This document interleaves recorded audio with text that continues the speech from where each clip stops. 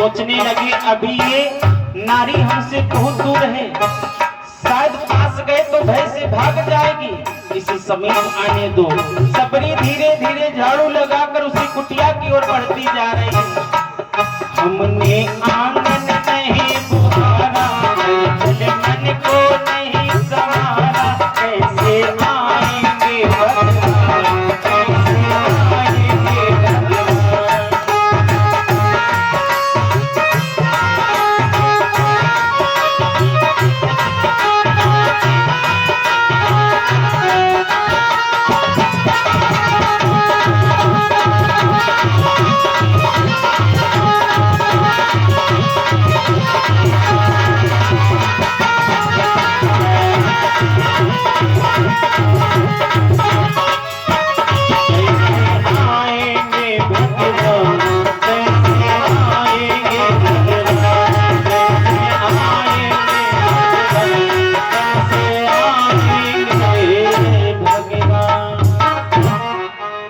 जैसे सबरी झाड़ू लगाते लगाते कुटिया के पास पहुंचे, मतंग महात्मा कुटिया से एकाएक निकले और सन्मुख खड़े हो गए।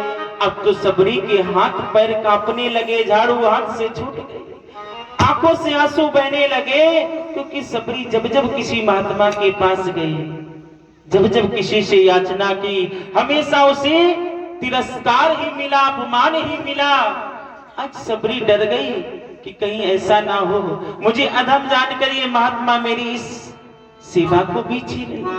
सबरी एकदम भगना चाहती है। महात्मा ने हाथ पकड़ लिया, बेटी ठहर जाओ, बहुत समय से मैं देख रहा था कि जहां स्वार्थ लागी करे सब प्रीति। बेटी तुम निस्वार्थ इन संतों की मेरी सेवा कर रही थी, बिना हमारी बताए हमारी मन की औषधियां सामग्री फल फूल समझा लाकर रख रही थी। तुम कौन हो? आज सबरी ने हाथ जोड़ करके कहा, महात्मा मैं सबर जाति के प्रधान की बिटिया, मैं अधम हो जाती से। मुस्कुराकर महात्मा ने कहा, रे बेटी कैसी बात करती है, तेरा मन तेरा भाव कितना सुंदर है, तू खुद को अधम कह रही है। अधम तो वो है जो भगवान से संतों से भक्तों से दूर है, तू अधम नहीं है। और डर क्यों रही है? सबरी ने कहा, महात्मा हम जब जब जिस संत के पास गए सबने हमें डांट करके भगा दिया, किसी ने एक बार भी मुझे नहीं कहा कि बेटी ठहर जा। क्या मेरा यही दोष था कि मैंने जीवों पर दया की, मैंने उन निर्दोष जीवों को बलि से बचने के लिए आज अपने घर को छोड़ दिया? क्या ये मेरा दंड है?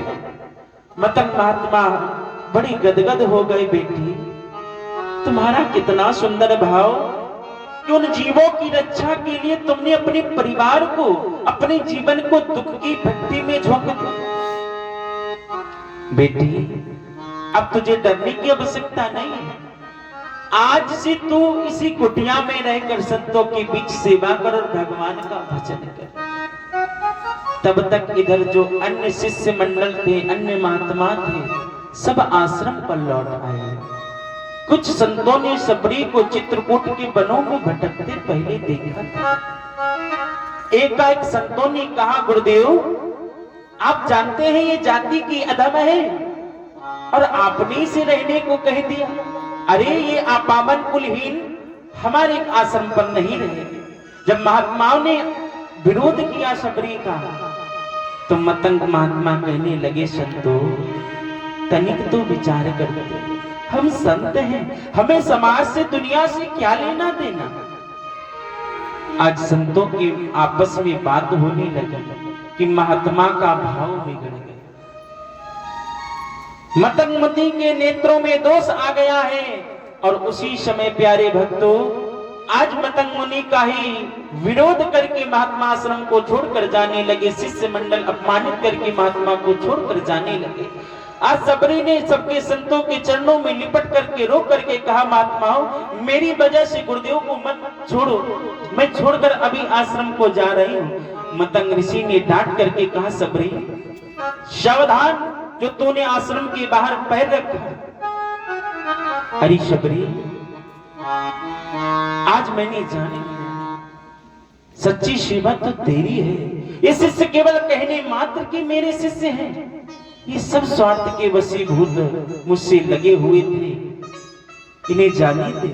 और वास्तव में भैया सत्य है, आपको लगता है कि अमोक व्यक्ति हमसे बहुत प्रेम करता है, एक बार उनकी हाँ में से ना कर देना।